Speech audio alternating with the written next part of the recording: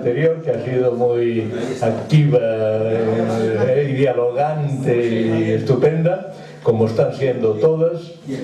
Pero en fin, como todo lo bueno también se va acabando, pues vamos a escuchar la última intervención de hoy y le paso la palabra. Tiene que ver con una falsificación nobiliaria. Espero que nos dé, que cree lío, ¿no? Que nos dé carnaza, ¿no? Algo de chicha. Bueno, pues hará la presentación el profesor Javier Alvarado. Muchas gracias, presidente. Es un inmenso placer presentarles a una persona que para muchos de ustedes es sobradamente conocida, pero para quienes no lo sea, pues voy a resumir en 2 minutos su currículum. El profesor José María de Francisco Olmos es doctor en Historia por la Universidad Complutense de Madrid y con premio extraordinario de doctorado. Es por oposición profesor titular de universidad en el área de Ciencias y Técnicas Historiográficas en dicha Universidad Complutense y también ha sido decano de la Facultad de Ciencias de la Documentación de la Universidad Complutense de Madrid. En el terreno de las corporaciones académicas es académico de número de la Real Academia Matritense de Heráldica y Genealogía y académico correspondiente de las Reales Academias de la Historia y de Jurisprudencia y Legislación. Ya han sido concedidos varios premios nacionales e internacionales, pero voy a destacar especialmente uno, que es el Premio Nacional de Historia, concedido en el año 2009, por su participación en la obra colectiva titulada El Rey, Historia de la Monarquía. Es una de las personas más prolíficas desde el punto de vista de la investigación. Ha publicado innumerables libros y monografías en revistas, de las cuales voy a citar entre los libros, pues he seleccionado 3 que quizá tengan algo más que ver o no con lo que hoy va a hablar.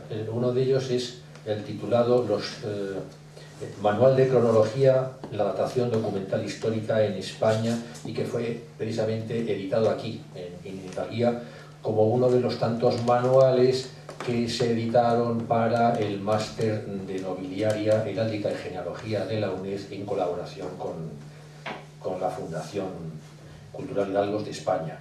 También publicó en la Universidad Complutense un magnífico trabajo, El príncipe heredero en las coronas de Castilla y Aragón durante la Baja Edad Media, y recientemente también ha publicado los títulos nobiliarios durante el sexenio revolucionario, que además fue presentado en la Real Academia de Jurisprudencia y Legislación hace poco. Tiene numerosos artículos en varias revistas. Por hacer un pequeño muestreo me voy a limitar a algunos de los últimos artículos que ha publicado precisamente en la prestigiosa revista Hidalguía. Uno de ellos sobre la diplomacia del Toisón de Oro, los caballeros presidentes de la República. Fue publicado en el año 2011. Otro titulado La concesión de títulos nobiliarios a los presidentes del Consejo de Ministros durante la Restauración, que se publicó en el año 2012.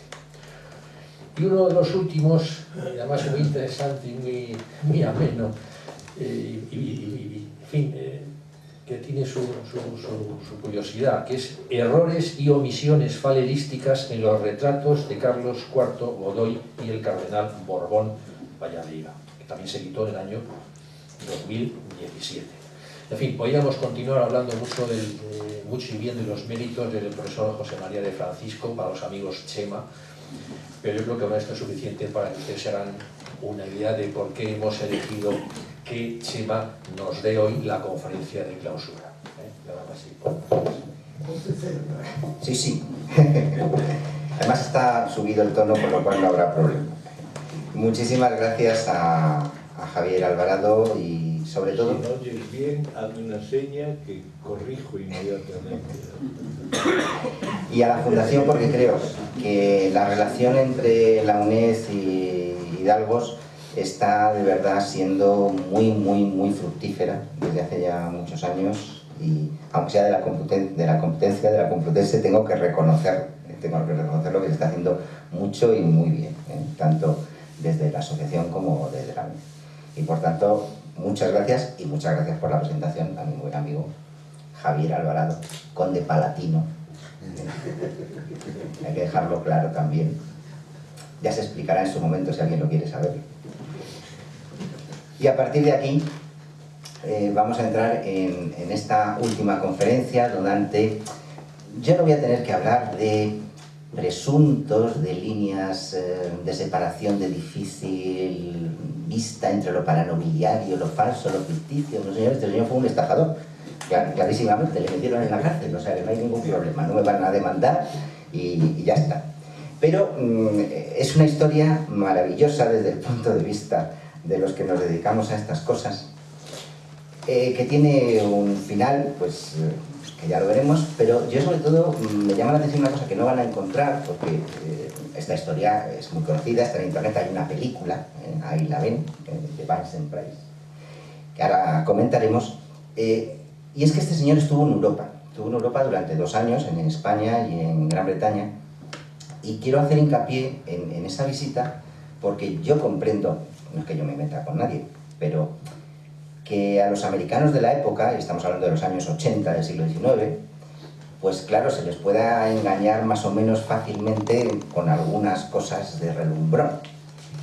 Pero en España y en Inglaterra, pues la verdad es que llama bastante la atención que la nobleza, la política, las finanzas de estos países se dejará engañar por una persona como esta.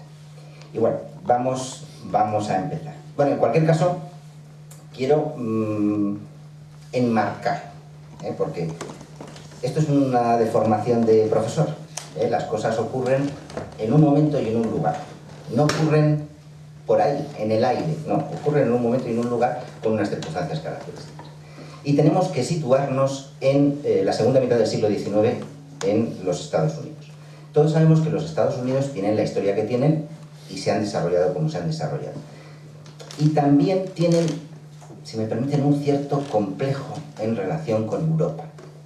Si van a Estados Unidos, es el país que tiene más sociedades genealógicas, donde cada vez que sale elegido un presidente, lo primero que le hacen es el árbol genealógico y ver su entronque con los reyes de Inglaterra. Una cosa básica. En el colegio y en el high school y en todas estas cosas hay unos ejercicios que es hacer la genealogía familiar, saber de dónde vienes y todas estas cosas, independientemente de la gran montaña de los mormones, que es otra cosa, que ellos van por su parte, pero también es muy genealógico. ¿Quién son la nobleza de los Estados Unidos? La nobleza de los Estados Unidos son los descendientes del Mayflower, por una parte, es decir, los peregrinos que tienen su sociedad allí en Boston y tal, y dicen, oiga, mi tatarabuelo vino en el Mayflower, aunque fuera un exiliado religioso de Cromwell o de no sé qué, pero estuvo aquí en 1600. Y luego están los descendientes de los oficiales del ejército continental, de la guerra revolucionaria, los hijos de la libertad, las hijas de la libertad. Es decir, ellos tienen muy a gala sus escasos 200 y pico años de historia, que para nosotros eso es como decir nada, pero lo tienen claro. Y por tanto, cuando ven a una persona que habla de 500 años, o de 700 años, o de 800 años, pues ya se creen cualquier cosa, o casi, en ese sentido. Una cosa curiosa, por ejemplo, tienen una familia Bonaparte, los Bonaparte Patterson, los descendientes de la primera mujer de Jerónimo Bonaparte, que son lo más parecido a una familia principesca que tienen de verdad, y de hecho Charles Bonaparte, nieto de Jerónimo, fue secretario de Marina con Roosevelt, con el primer Roosevelt, y luego fue fiscal general, creador del FBI, con lo cual un Bonaparte creó el FBI de Estados Unidos, y así podríamos seguir. Y luego en esos años donde Estados Unidos, ese final del siglo XIX, se convierte realmente en ese momento en la primera potencia mundial económica y crea las grandísimas fortunas que todos conocemos Vanderbilt, por ejemplo, no hace falta decir más, los Morgan, los Carnegie, miles de millones, estamos hablando, no calderilla europea, sino miles de millones. En esos años 80 y 90, yo creo que a lo mejor han visto un reportaje en la televisión que se titula Las princesas americanas. Esas Vanderbilt, esas Guggenheim, que desembarcan en Inglaterra, unas 100, y se casan todas con duques, condes, marqueses, y obviamente renuevan todas sus casas con el dinero de papá. Claro, Churchill era medio inglés, y estaba muy orgulloso de ello, y decía, tal, no sé qué. Entonces, vemos que las relaciones que tiene Estados Unidos con la genealogía y con la realeza son, digamos, complejas, ese amor-odio que hay entre ellos. Bueno, eso en primer lugar. Y en segundo lugar, vámonos con nuestro varón de Arizona. Aquí tienen dos ejemplos del fotograma de la película de los años 50, donde contaban la historia de este hombre, que desde luego es de novela. Y aquí pongo a los protagonistas y arriba las caras de los verdaderos.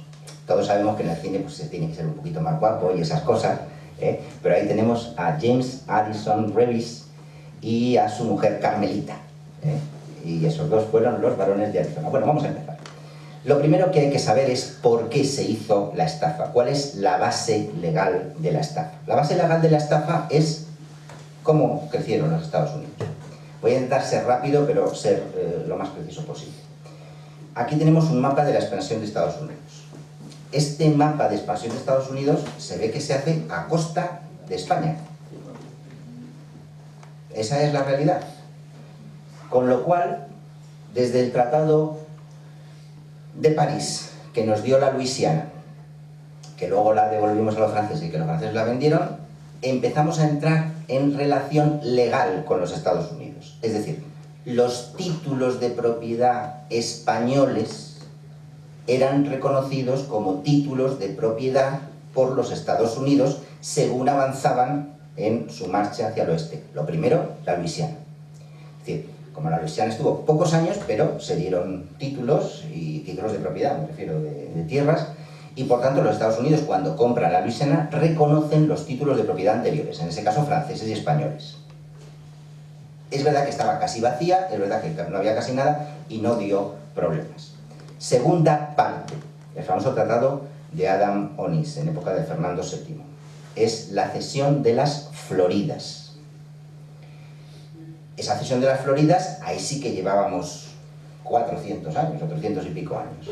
Y de nuevo se reconocieron los títulos de propiedad, y esto es importante, personales y individuales y colectivos, porque la corona española dio muchísimos títulos de propiedad colectivos a comunidades indígenas.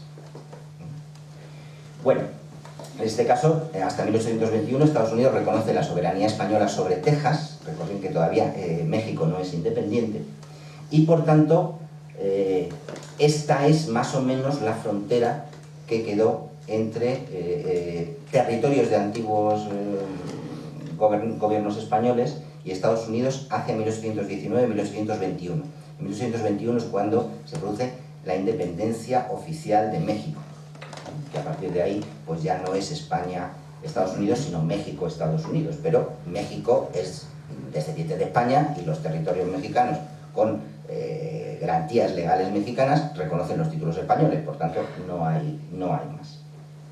Este era el nuevo México independiente, como ven, gran parte de Estados Unidos.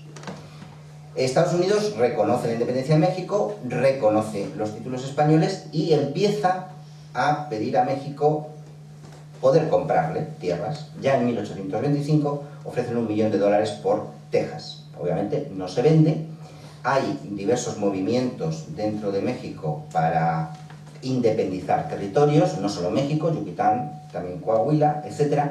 Pero será en México, en Texas, cuando a partir de 1836 los colonos norteamericanos proclamen la República de Texas, y a partir de ahí habrá unos años problemáticos hasta que el Congreso de los Estados Unidos aprueba la anexión de Texas, y esa anexión de Texas conlleva la guerra con Estados Unidos y la proclamación también de la República de California. Esta será la guerra de 1846 a 1848, que les dio todo lo que es ahora mismo el sureste de los Estados Unidos. California, Arizona, Nuevo México, Nevada, todos esos territorios, el famoso Tratado de Guadalupe. Ahora bien, quiero que vean que en el Tratado de Guadalupe los americanos incluso pensaron llegar hasta San Luis Potosí, exigiendo la frontera. El problema es que a partir del Río Grande ya había mucha gente, pero los americanos les daba lo mismo. De momento se quedaron con eso, pero dejaron ahí plantada su semilla, y además una cosa muy poco conocida, porque la gente habla mucho del Canal de Panamá, pero en este Tratado de Guadalupe Hidalgo los americanos obtuvieron el derecho de paso por este istmo. Este istmo, que como ven es chiquitito, ya ellos pensaban que para unir San Francisco con Nueva York, dar la vuelta por el Cabo de Hornos, no se podía hacer. Y entonces adquirieron un derecho de paso en este istmo, que al final, en ese momento todavía no se hizo nada y luego se hizo en Panamá, pero en principio ellos ya tenían claro eso. Este es el Tratado de Guadalupe Hidalgo, los mexicanos reniegan de él como de la peste, y aquí tenemos la última rectificación de la frontera, que fue la venta o la compra de la mesilla, es decir, este trocito de tierra que quedó, digamos, en tierra de nadie en el Tratado de Guadalupe Hidalgo, pero que los americanos llevaron la propuesta de comprar todo esto. Todo esto. Como cambió el gobierno, el general Santa Anna estuvo en medio, le quitaron, le pusieron, no, al final solo se vendió la mesilla en 1854. Y un par de años después, en 1857, de nuevo el presidente Buchanan quiso comprar todo esto a México. Pero en ese momento ya está Benito Juárez y se negó. Pero lo que vemos es que Estados Unidos intentó durante mucho tiempo avanzar hacia el sur, que no sabemos si lo hubiera conseguido. Lo mismo Estados Unidos ahora hablaba en español totalmente. Pero, bueno, esto es lo que tenemos. Pero todo esto, y volvemos a este mapa, lo que quiero decir es que en cada tratado siempre se reconocían los títulos de propiedad preexistentes, mexicanos o españoles, individuales o colectivos. Y esta es la base de la estafa. ¿Por qué? Porque el problema es que era un territorio enorme sin ordenar. Y entonces los Estados Unidos, en principio, se quedaron el Estado, el gobierno federal, con todo el territorio. Seguro que han visto ustedes esa famosa escena de la película donde dan un pistoletazo y dicen, ala, el primero que llegue y plante su bandera se queda con 15 acres o con 20 acres o con 30 acres, ¿no? Y ha salido en muchísimas películas. Así es como el gobierno federal animaba a la gente a ir al oeste. Tierra gratis. Esa es la realidad, cosa que tampoco era una cosa nueva. Desde siempre es la manera que se hacen estas cosas. En la conferencia anterior hay que reconocer por qué no existe en España el feudalismo europeo. Porque en España hay hombres libres desde el principio. Porque el rey da libertad y tierra a la gente que va a la frontera. Esa es la realidad y eso es lo que nos diferencia de Francia, de Italia o de Alemania. Pero en la Cataluña vieja, arriba, encima del Ter, no, vamos, prácticamente dentro del... es un 5%, o así, ¿no? Bueno, pues con esto, aquí les pongo el texto del Tratado de Guadalupe Hidalgo, donde se reconocen las tierras españolas. Se crearon unas oficinas de registros de tierras. Porque además, Estados Unidos, y eso también yo creo que lo habrán visto en las películas, uno era dueño de una mina y llevaba el título de propiedad y con firmar por detrás con un testigo se la traspasaba a otra persona. Y lo único que tenías que hacer era ir a la oficina de tierra más cercana y que te pusieran un sello. Dice, vale, pues apuntamos que ya no es de Pepito Pérez, sino de Juan Fernández. Es decir, una cosa muy rápida. Estamos en una frontera que no tiene las normas, las leyes del territorio de Nueva Inglaterra. Es el salvaje oeste, literalmente. Bueno, pues estas concesiones de tierra, desde 1819, fueron siendo reconocidas por el gobierno norteamericano. Y además, muchas, a lo mejor 200 o 300 al año, unas pequeñitas, otras más grandes, etc. Y actualmente existen libros de registro estadounidenses donde están registradas todas estas concesiones y cuándo fueron reconocidas. Yo solo voy a tratar dos muy conocidas para que vean ustedes de lo que estamos hablando. Y en la zona además de Arizona. En la zona de Arizona, a finales del siglo XVII, los indios pueblo se rebelaron contra la corona y hubo un gran problema. Se quemaron registros, se quemaron iglesias, y a partir de 1693-94 se hizo una recuperación, una reconquista del territorio a partir de Mercedes para repoblarlo, que es la zona que estamos hablando. Bueno, pues tenemos la famosa concesión Montoya, o también llamada de Elena Gallegos, donde tenemos todos los datos de a quién se le dio, cómo se reconoció y cómo, en la última sentencia, en 1893, la Corte de Tierras reclamadas reconoció a todos los descendientes de esta señora, de Elena Gallegos, que era una heredera de la zona, que eran legítimos propietarios de esta concesión del rey en ese momento. Y la otra gran concesión es la llamada concesión de Alameda, muy cerca de la ciudad de Albuquerque, unos 360 kilómetros cuadrados, donde se le dio al capitán Francisco Montes Vigil, que fue uno de los que estuvo en la reconquista de los indios pueblo, y que luego se vendió al capitán Juan González, que fue quien repobló el territorio y todas estas cosas, y también está reconocida por el gobierno de los Estados Unidos. Por tanto, era un proceso legal y reconocido. El problema era qué presentabas de prueba. ¿Tenías papeles? ¿Cómo se guardaban los papeles en aquella época? Han llegado los indios y han quemado tu rancho, ¿y qué haces? ¿No? Pues te tienes que ir al archivo donde tienen una copia del rey que te concedió. Estas son las realidades. ¿Qué nos pasa a nosotros si hay una inundación en nuestra casa y perdemos los papeles? Pues hay que pedir duplicados. Esa es la realidad.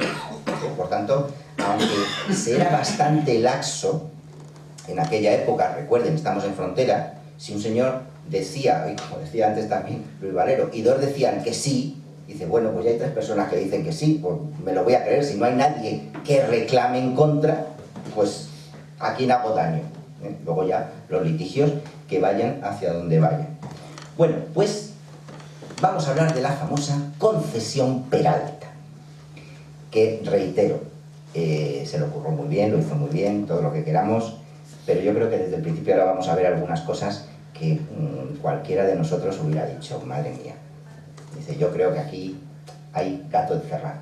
Pero bueno, según los papeles de la concesión Peralta, fue concedida el 20 de diciembre de 1746 a un señor que luego pongo su nombre completo para que veamos qué bien suena y cómo está.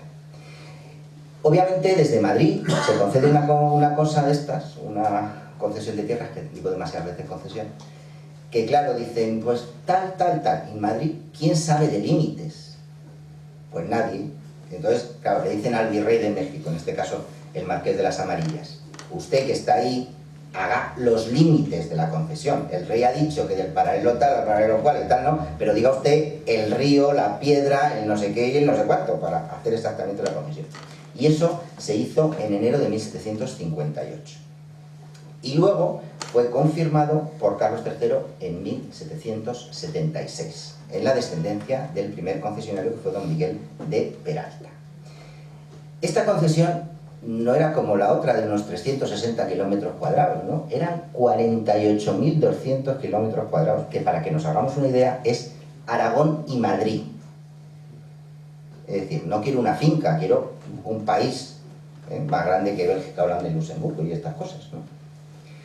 Bueno, aquí tenemos a don Miguel Nevencio Silva de Peralta y de la Córdoba. Este es el señor al que se le dio la concesión, sus padres ahí están también, y era nada menos que barón de Arizona, en otros sitios aparece como barón de los Colorados, caballero de la Orden de Montesa, caballero del Toisón de Oro, grande de España y gentilhombre de cámara de su majestad. Yo de verdad, estamos ahora en el siglo XXI y tenemos más conocimientos, pero es que en 1880 a un señor de la corte española le dicen, este señor es Toisón de Oro, grande de España y no sé qué, y para que se lo crea, de verdad, hay que saber muy poco. Es decir, Jaime de Salazar tiene el listado de todas las grandezas, y todos los grandes eran primos entre sí y se conocían. Es decir, te puedes inventar otra cosa, pero esto, los caballeros de órdenes, todos los caballeros de órdenes, lo hemos visto aquí, tienen sus expedientes, tienen sus pruebas, tienen sus cosas.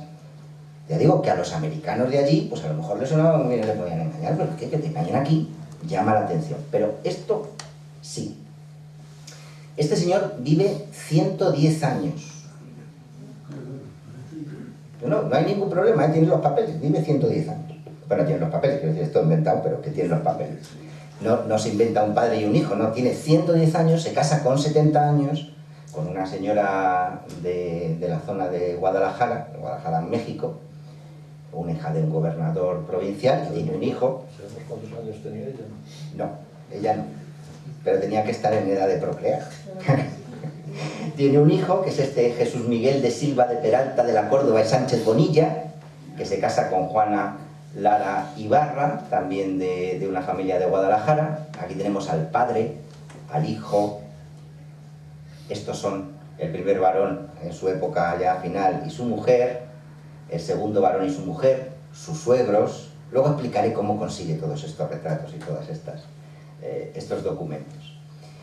Y este Jesús Miguel de Silva tiene una hija, Sofía, que se casa con este señor, José Ramón Carmen de Maso de Castilla, y aquí ya viene la tragedia, unos gemelos que nacen muertos, que no te puedes hacer de él, que me voy a España, que le dejo a la hija a uno de un convento para que me la cuide, que no sé qué, que no sé cuánto, y es esta, la heredera de los Peralta, una niña de 15 años, que Addison se casa con ella por lo civil, la convence de su historia, un poco tipo Anastasia, que la convence de su historia, la mete en un convento de monjas para que la eduquen bien, y a partir de ahí ya se proclaman los varones de Arizona. Aquí tenemos la cédula real con el documento fundacional de la concesión. Como ven, yo así a simple vista veo a los Enríquez por ahí y esas cosas, pero bueno, ahí estamos. Este es lo que es la concesión, más o menos para que se vea mejor, ahí está. Y sobre todo que tenemos dentro a la ciudad de Fénix, tenemos varias reservas, tenemos minas de plata, tenemos de todo. Y ahora vamos ya con la falsificación. Los orígenes es que este hombre, Addison Revis, era un hombre que había nacido en la costa este, había luchado en el bando confederado en la guerra de secesión norteamericana, y ya siendo soldado confederado había hecho sus pinitos de falsificación. Falsificaba permisos, pases, de estas cosas, y como se le daba mejor, pues cada vez subía más en estas cosas. Se inventó unas cartas y se pasó al ejército del norte porque vio que los del sur perdían estas cosas, y luego ya se fue al oeste. Y en el oeste terminó precisamente, ya saben cómo adquieres cargos en el oeste, terminó como agente de tierras, porque le votaron en un pueblo pues como agente de tierras. Y se le presentó a este señor, el doctor Willing, que dice que se encontró en el desierto a un mexicano llamado Miguel Peralta, que como se estaban muriendo y tal, pues él le ayudó y a cambio le dio sus tierras. Y sus tierras eran un papel ilegible con tres firmas. Entonces le dijo a este hombre, ¿esto se puede hacer algo con ello? Y dice, bueno, pues vamos a buscar y vamos a ver si se puede hacer algo con ello o no. Y en el ínterin murió el doctor William. Claro, se acabó la cosa, porque este señor era el que tenía la concesión. En ese momento conoce a dos magnates del ferrocarril, porque en este momento, y también, recuerden todas las películas, el ferrocarril americano yendo al oeste, desde el oeste, cómo se juntan todas esas cosas y cómo el dinero estaba en el ferrocarril. Y entonces estos que estaban construyendo el ferrocarril dijeron, bueno, tú sigue mirando nosotros te pagamos para que lo busques, dice, porque si encuentras unas tierras que nosotros podemos reclamar como nuestras de algún manera, pues no tenemos que pagar y no tenemos que hacer esas cosas. Bueno, Addison fue a ver a la viuda de Willing, a cambio de cierto dinero consiguió que ella le cediera los derechos, y a partir de ahí empezó a investigar. Y empezó a investigar y se fue a los archivos de Guadalajara y México. ¿Por qué? Porque era lo lógico. En teoría estaba haciéndolo bien. Pero cuando vio que no encontraba nada ni que se podía hacer nada con ello, pues entonces es cuando empezó la falsificación. Y se estuvo allí recogiendo papeles en blanco, copiando verdaderas concesiones, haciendo los papeles y metiéndolos en los archivos. ¿Por qué? Porque ¿para qué te los vas a llevar? Mejor que estén en el archivo. Luego pedía a los archiveros certificaciones y le decían los archiveros: sí señor, aquí está este papel que dice esto, esto y lo de más allá. Los datos concretos, las inscripciones, las cosas, bueno, todo. En 1883 se presenta en la Oficina de Tierras de Arizona y dice que reclama esos 47.000 kilómetros cuadrados. Aquello fue una bomba. Una bomba porque me refiero que en Estados Unidos en los años 80 está bastante más desarrollado que Europa y la opinión pública y los periódicos son ya muy importantes. Y claro, los periódicos sacaron inmediatamente la historia y dijeron: este señor reclama la ciudad de Tucson completa, o la ciudad de Phoenix, o el no sé qué, o el no sé cuánto. ¿Qué ocurre? Pues claro, que todo el mundo dice: pero bueno, si yo soy el dueño, y todo el mundo le decía a los periódicos: no, no, si esto sale, usted no es el dueño de nada, como mucho será el alquilado de este señor. Entonces, este señor tuvo muy buena idea, porque a los del ferrocarril, a la mina de plata, no sé, a los más importantes, les dijo: no, no, no os preocupéis, ya, me dais $500 o $1.000 y ya os doy la cesión por no sé cuántos años y tal. Se lo dieron y entonces aparecen los periódicos: el ferrocarril le ha pagado, la mina de plata le ha pagado. Dice: oye, si los que más tienen, los que más saben, los que más abogados pueden llevar a pleito le están pagando, pues todos los demás, claro, a la lista y a pagar. Entonces, a partir de ahí es cuando se produce el efecto llamada. Obviamente hay dos grandes periódicos en Arizona que dicen bueno, que esto no hay derecho, porque la gente tenía sus propiedades, que no sé qué, que tal. Bueno, el gobierno al final, en 1883, manda a un experto a México, este señor Rufus C. Hopkins, para que vaya a ver si los papeles existían y eran de verdad y tal. Este señor era un señor mayor, ya tenía 70 años, y como se enteró, en aquella época, Ernesto, eran más que ahora, se enteró de que iba a ir ahí y se ofreció a ayudarle. Y entonces, claro, le llevó a los archivos donde sabía que estaban los papeles, vio los papeles, encontraron incluso papeles nuevos, y este señor, claro, un informe diciendo que sí, que estaba todo bien y que ahí estaban todos los papeles. Y lo presentó a este Royal A. Johnson, que era el jefe de reclamaciones de Arizona, de tierras de Arizona. Este señor era un típico funcionario a la antigua usanza, que no le gustaban los periódicos, que hacía las cosas despacio, tal, no sé qué. Y él lo que hizo fue decir que había recibido la reclamación y que se estudiaría. Y claro, los periódicos poco menos que le tachaban de vendido y de todo, pues porque no se negaba. Entonces dice: oiga, yo acabo de recibir los papeles, tendré que estudiarlos, tendré que verlos y no tengo que dar cuentas a nadie, ¿no? Eso de la presión mediática.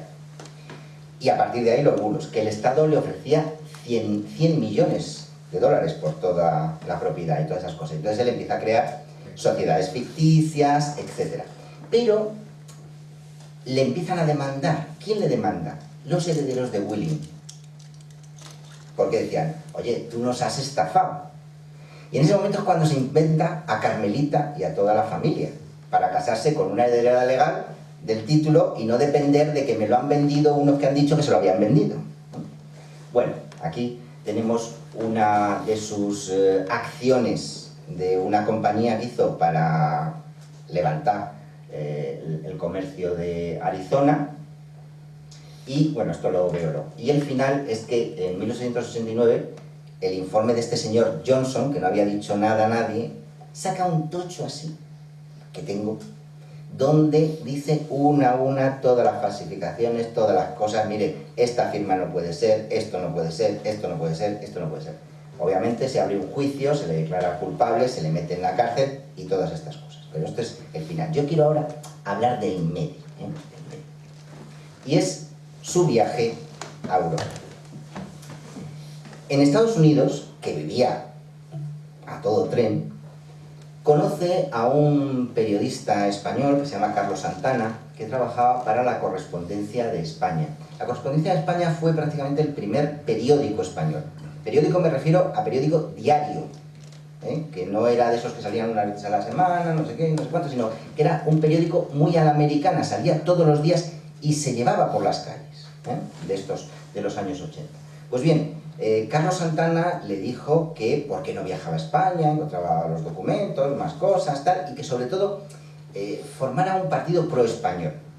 De nuevo ahora pensemos dónde estamos. Estamos en 1865-86. Es la época del final del reinado de Alfonso XII, es decir, España ha recuperado todo lo perdido en el sexenio, es el final de las guerras de Cuba, estamos con la paz, pero los americanos siempre habían querido Cuba. Es decir, estamos remontando, y en Estados Unidos, digamos que se veía como el enemigo, dice, pues ¿por qué no crear un partido o una corriente favorable, un lobby, que sea pro-español y que no nos toque las narices con lo que tenemos allí? Porque debemos recordar que todo el siglo XIX español, la segunda mitad del siglo XIX español, estuvo absolutamente mediatizado por el problema de Cuba y por la división interna en Cuba, que conlleva la división interna en España. Y bueno, no me quiero meter en ello, pero es un tema muy, muy importante, no por Cuba y la relación con Cuba y Estados Unidos, es un problema interno español en la península, el problema cubano. Bueno, el cónsul español en San Francisco, que es el hijo del conde de Puño en Rostro, le da todas las cartas de presentación, todas las cosas, no sé qué, y que se venga a España. Antes de venir a España, de salir de Nueva York, él entra en contacto con importantes financieros de Estados Unidos y políticos, como el senador Conklin. Es que no sé cómo definirlo, estas cosas. Los senadores y congresistas americanos ya saben lo que son ahora. Bueno, pues hace 100 años más, y me refiero a que tenían el sueldo de senador más 18 sueldos más de los lobbies y de todas estas cosas. Entonces, es la época que ellos llaman de la reconstrucción de después de la Guerra de Secesión, donde los negocios, como ustedes quieran llamarlo, hacía rico a todo el mundo. Bueno, pues ese tipo de gente fue con la que se alió porque se veía dinero y mucho dinero, porque es el momento en donde se están encontrando las enormes vetas de plata que van a llevar a la caída del precio de la plata y que van a convertir el problema del patrón oro, patrón plata en una cosa importantísima en ese momento. Pero bueno, repito, no me voy a meter en ello, pero que había mucho dinero. Bueno, pues llegan aquí a Cádiz. No extraña que le reciba el cónsul americano. Bueno, para eso tenía relaciones importantes. Les cogen y les hacen un tren especial, un coche especial en el tren para llegar a Madrid. Y en Madrid se alojan en el mejor hotel que había en Madrid, que era la Fonda de París, lo que luego va a ser el Hotel París o el Gran Hotel París, el que tenía cuartos de baño en la habitación, agua corriente, un café abajo, bueno, lo más de lo más de lo más en ese momento, en plena Puerta del Sol, sobre las ruinas de la iglesia del Buen Suceso, es decir, un sitio famoso, ¿no? Y en ese momento se convierten, ya digo, en las estrellas de los salones madrileños, políticos, militares y financieros. Él dejó el protagonismo a Carmelita, porque además como Carmelita se creía su historia, pues todavía podía actuar mejor, digamos. Mientras él se dedicaba a viajar a Sevilla y Cádiz para retocar los archivos o para hacer alguna prospección más que le pudiera interesar. En estos viajes es donde compra todos esos cuadros que hemos visto, en un ropavejero. Claro, compra cuadros y luego con ponerle debajo que es Pepe Pérez o José Fernández, pues ya está. Entonces ahí está el abuelo, el tío, el primo o quien sea. Ahí tenemos el famoso Hotel París, o la Fonda de París, como se llamaba en ese momento, que ya digo, en ese momento era lo más de lo más de lo más. Bueno, aquí es recibido por sus parientes, los Peralta y los Ibarra. ¿Tenía relación con ellos? No sé, pero bueno, pero recibidos y que viene en la época, en la prensa. La época me refiero a la revista, la época, la Ilustración española y americana. Los señores no sé qué han sido recibidos por tal, sus parientes de América, tal. Tanto es así que convenció a este señor, a un general, Carlos Ibarra, que tenía un palacio en San Sebastián, que dice, mire, es que yo, claro, me he casado con su sobrina por lo civil. Claro, eso en España no estaba nada bien visto. Dice, usted como el pariente mayor le quiero pedir la mano de Carmelita para casarnos por la iglesia y tal. Por supuesto, dice, casáis en mi palacio y tal. Y se casan en el Palacio de San Sebastián por la iglesia y les invita al yate a dar un recorrido, no sé qué, y ahí está el representante de los Estados Unidos para dar fe, para que luego el matrimonio obviamente conste en la embajada de Estados Unidos. Bueno, lo más normal del mundo. Digo que yo me quedo absolutamente asombrado, pero las cosas, pero no se queden ahí. Son recibidos en la corte por la reina regente en un acto general, pero dado el exotismo de esta señorita, pues luego la recibieron en audiencia privada, ¿no? Como diciendo, ¿y cómo será la vida en el oeste y los bisontes y esas cosas, ¿no? Bueno, pues ya digo, se convirtió en lo más llamativo de la temporada, digamos, de esas cosas. Pero su marido tenía relaciones con importantes financieros. Ignacio Bauer, que no sé si les suena, pero la familia Bauer fue la familia judía más importante que hubo en España. Tienen un palacete precioso que luego les enseñaré, que todos conocen. Hombre, vamos a ver, era el representante de los Rothschild en España. Es verdad que tienen una banca, que era la banca Bauer y Bismüller, pero eran los representantes de los Rothschild y eran el financiero más importante. Él había estado de financiero en la Francia de Napoleón III y luego se vino a España y aquí era prácticamente el que prestaba dinero al gobierno. Como ya sabemos que el gobierno español siempre está a la cuarta pregunta, pues era quien prestaba el dinero. Y vio una posibilidad de hacer mucho dinero allí. Y por tanto, él dijo, bueno, pues vamos a estudiar el tema, vamos a hacer. Y hubo dos importantes financieros también españoles que habían sido ennoblecidos poco antes, el Marqués de Campo y el Marqués de Cayo del Rey, un madrileño y un valenciano, que también se interesaron por el tema para intentar que las industrias españolas, las navieras, los ferrocarriles, pues pudieran sacar beneficios de Arizona. Aquí tenemos a Ignacio Bauer y el famoso Palacete Bauer, que está enfrente del Ministerio de Justicia. Es el conservatorio, ¿no? Sí, el conservatorio es, ¿no? Bueno, pues ese es el Palacete Bauer. Sí, enfrente del Ministerio. La calle, esquina, calle... San Bernardo, esquina de los Reyes. No es de los Reyes. Pero bueno, es enfrente del... A ver si lo he puesto. Claro, bueno. Enfrente del Ministerio. Es la de la imprenta. Enfrente del Ministerio, bueno. Creo que sí. La nobleza. Es el conservatorio. Bueno, voy bien, ¿no? Ya está terminado. La nobleza. Le recibe el Marqués de Campo o el Marqués de Cayo del Rey, que bueno, al fin y al cabo eran financieros que habían sido ennoblecidos y tal.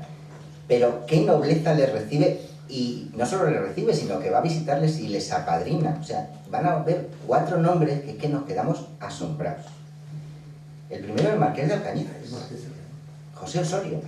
Es verdad que acababa de ser medio defenestrado, no del todo, ¿eh? Es verdad que doña María Cristina, enseguida que pudo, le echaba la culpa de ser muy mala influencia para su marido, y entonces le quitó del puesto de jefe superior de palacio, pero mantuvo importantes puestos, siendo uno de ellos el de preceptor de las infantas, ¿eh? O sea, no le echó, perdió un poquito de categoría, pero seguía siendo don José Osorio, ¿eh? El Marqués de Alcañices. Ahí tenemos a su mujer antes citada, Sofía Trubetskoy, pero bueno, que era una de las personas más importantes, no solo por sus cargos, sino por quién era. Que, bueno, él se llamaba Marqués de Alcañices, pero era duque de Albuquerque. Quiero decir, que era primera nobleza. El conde de Benalúa, que era su sobrino, es decir, el padre del conde de Benalúa había muerto muy joven y este había sido educado por Alcañices. Otra persona muy, muy importante. El duque de Frías, gobernador civil de Madrid en esos momentos, ya mayor, pero bueno, con unos cargos muy importantes. Y el duque de Tamames. Entonces, es que Ya digo, hay categorías y categorías. Estas 4 personas son de una categoría que te llama la atención, que acepten una cosa como esta, pero ahí está, ahí está. Bueno, había también en Madrid unos salones muy interesantes que estaban dirigidos por la baronesa María Buchental Pereira. No sé si les suena. Era una señora ya mayor en este momento, había casado con Jaime Buchental, que estaba relacionado con los Rothschild, y que se decía, y se dice que probablemente era hija del emperador Pedro I de Brasil, hija legítima del emperador Pedro I de Brasil. Y tenía en Madrid unos salones que eran la crème de la crème. Y bueno, también le llamó un poco la atención estos chicos de Arizona y tal, pero les invitó a que fueran a Inglaterra, que es de verdad donde estaba el dinero, el poder en ese momento, ¿no? Y les dio unas cartas de recomendación para el embajador portugués en Gran Bretaña, porque tanto el embajador británico como el portugués en Madrid eran habituales de su salón y por tanto les dieron también cartas de presentación. En Inglaterra fueron recibidos por Luis Pinto de Soberal, que era primer secretario de la embajada, luego fue marqués de Soberal, que era una persona muy cercana al entonces príncipe de Gales, a lo que se llamaba el Círculo de Marlborough House. Y allí de nuevo fueron recibidos, bueno, como si fueran lo más de lo más de lo más. Tanto es así que, bueno, aquí tenemos a los personajes que he citado, a María Buchental, al embajador americano, al embajador portugués y a Luis de Soberal, el primer secretario en Inglaterra. Fueron recibidos por Alfred Rothschild. Claro, si había estado aquí con los factores de Rothschild, pues estuvo con los Rothschild. No solo en Londres, sino en la fabulosa mansión de los Rothschild que tenían en el campo, donde nos invitaba a todo el mundo. Y nada menos que por 2 antiguos secretarios del Foreign Office, Lord Derby y Lord Grenville. Un conservador y un liberal. También los americanos, o sea, los ingleses, querían sacar tajada del posible negocio de Arizona. Y, por supuesto, fueron recibidos por el príncipe de Gales. Eso ya no llama tanto la atención, porque el príncipe de Gales, digamos, recibía a todo el mundo. Y sobre todo, si ibas con una señora de buen ver y tal, pues el príncipe de Gales no tenía problema para recibir. Participan como invitados en el jubileo de oro de la reina Victoria y son recibidos en Buckingham Palace. El embajador norteamericano es quien les avala, obviamente por orden del senador y está informando a Washington de todo lo que pasa. Y así pasan aquí en Europa 2 años y medio, gastándose un montón de dinero, pero no tenían problema, porque como el grifo allí seguía manando y consiguiendo toda la documentación extra que necesitaban. Para terminar, aquí tengo el report del señor Royal A. Johnson, que llevó a la cárcel al señor Peralta. Quiero sacar un texto que no he podido conseguirlo completo, pero es una referencia de archivo. El encargado de negocios de los Estados Unidos, esto lo he sacado del archivo de Indias, quiero decir, de Paris, quiero decir, no es una cosa que yo me haya inventado, sino que está puesto en Paris. Cuando metes Reavis, te dice, en 1864 el encargado de negocios de Estados Unidos solicita del archivo de Indias que se comprueben estos datos. Entonces va el señor y está allí y ve los papeles y no sé qué, no sé cuánto. Y estando allí, alguien se da cuenta de que está haciendo algo que no es estar copiando documentos. Y a partir de ahí dice este señor, ¿dónde está? Carlos Jiménez Placer, que era el jefe del archivo. Dice, yo creo que hay documentos falsificados, que incluyen mapas de que no sé qué, que no... Dice, aquí hay algo que no estaba y que han debido meter. Se le denuncia judicialmente. Pero aquí en España, sus amigos de Madrid consiguen que se retire la denuncia.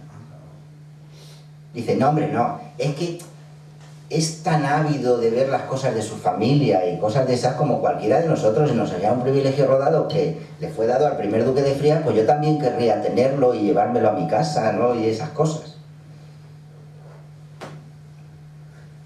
no digo más. Y luego ya, justo antes de sacar el report en los Estados Unidos, cuando el gobierno americano estaba muy preocupado por todo esto que estaba ocurriendo, mandan a un señor, a un funcionario, a este señor Malek Prevost, al archivo de Indias a que vea de verdad los papeles. Y aquí es donde este señor hace un informe doble y dice, sí, sí, están los documentos, están las cosas, tal, dice, pero hay dos cosas que no me cuadran. Las intitulaciones, las firmas de los reyes, los sellos, no son como deberían ser. Es decir, una firma de Carlos III, quiero decir, no es la de Alfonso VI. Una firma de Carlos III, hay muchas firmas de Carlos III y por tanto se sabe cómo tiene que ser el sello, cómo tiene que ser la intitulación. Claro. Y luego dice, habría que hacer un estudio del papel.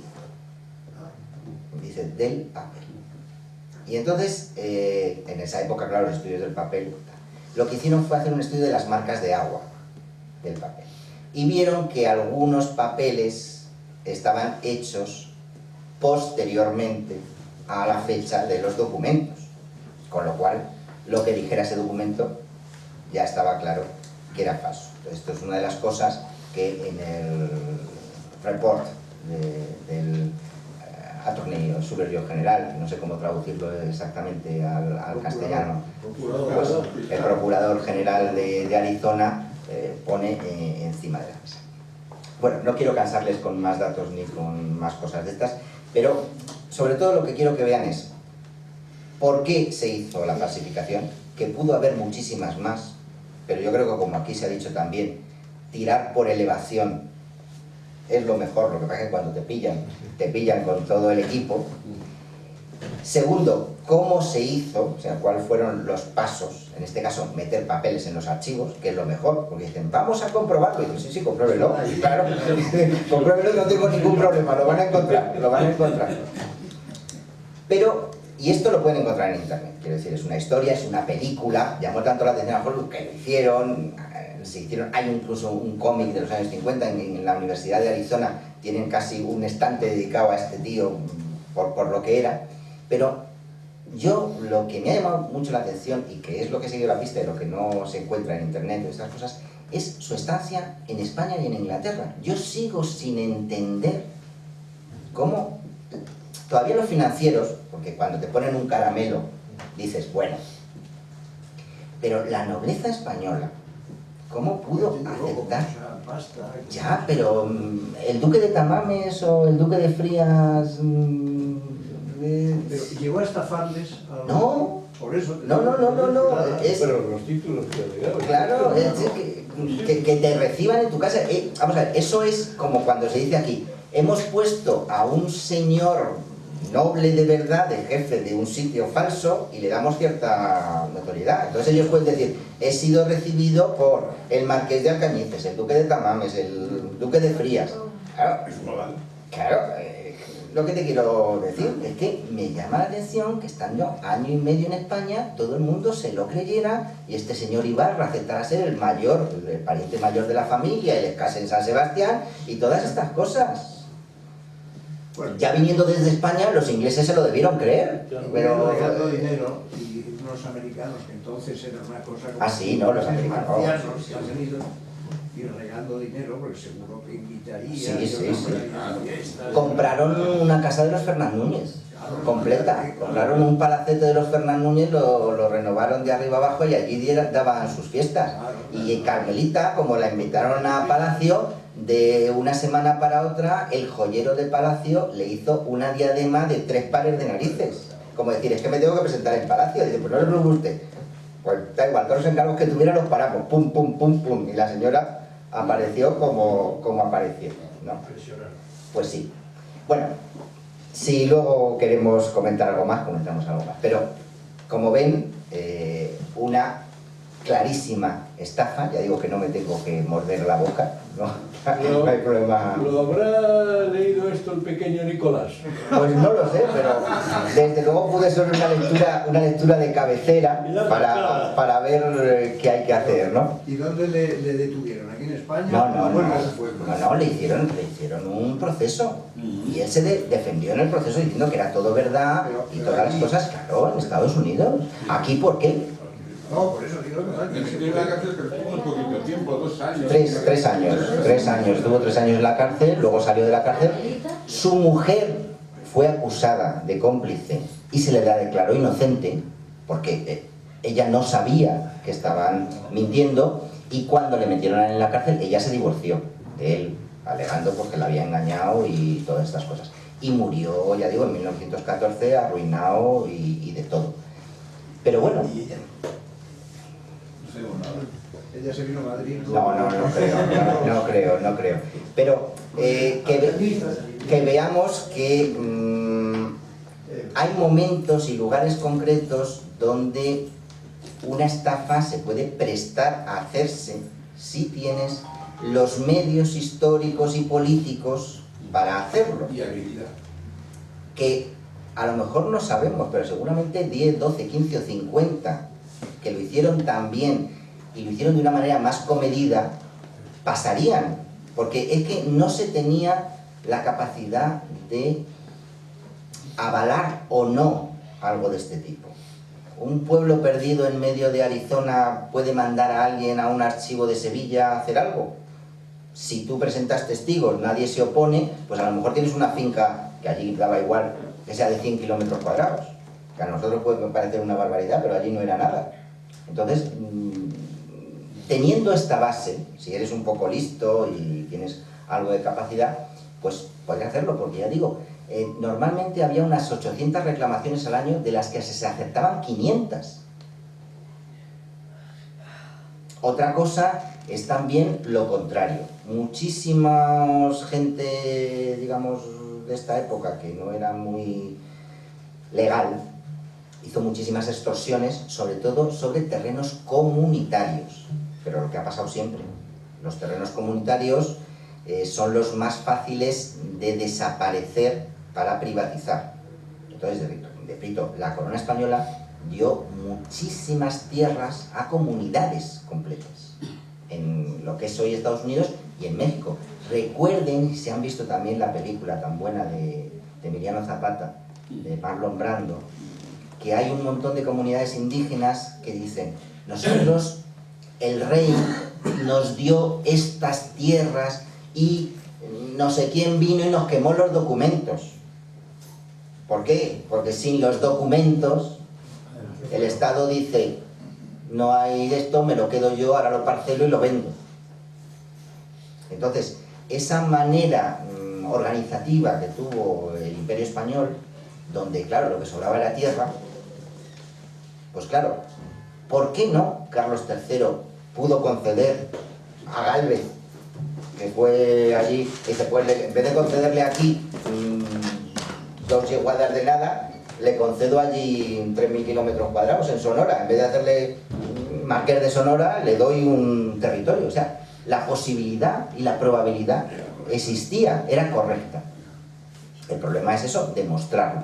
Y en este caso, ya digo, este señor pues lo consiguió en su momento, hizo toda esta historia, pero yo reitero, les he contado la historia, es una historia relativamente bien conocida, pero yo sigo diciendo que me llama muchísimo la atención su viaje a España e Inglaterra y su gira triunfal, podríamos decir, como varones. Sí, la película del Barón de Arizona, 1950.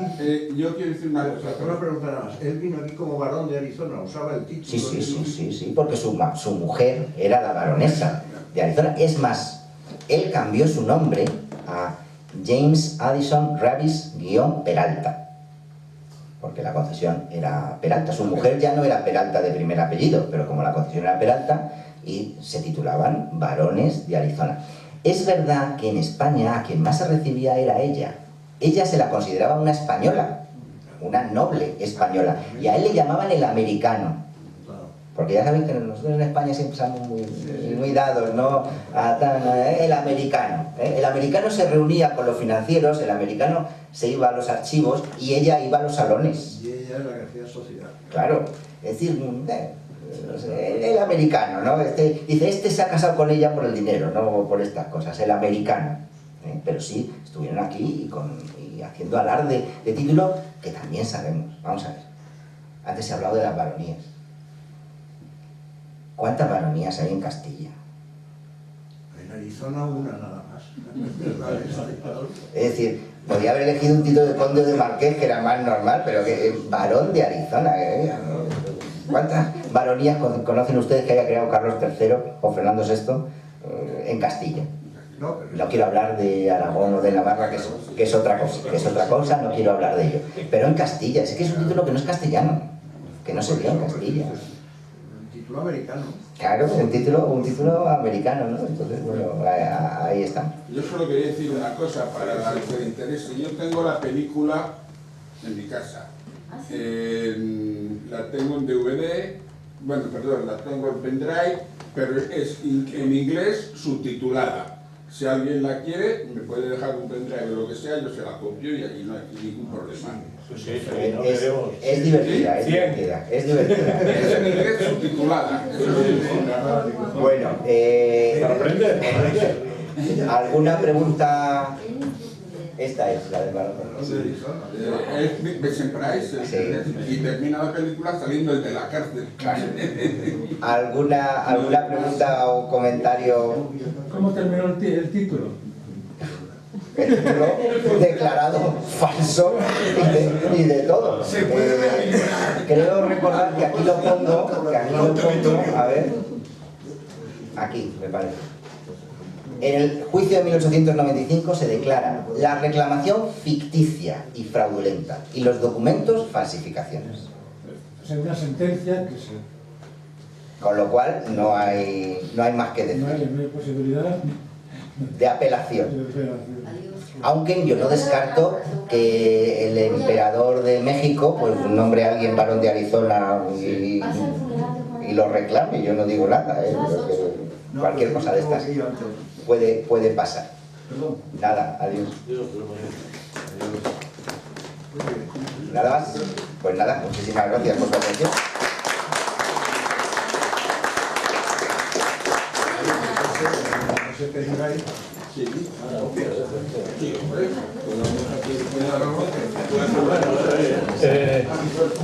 No, solo un segundo.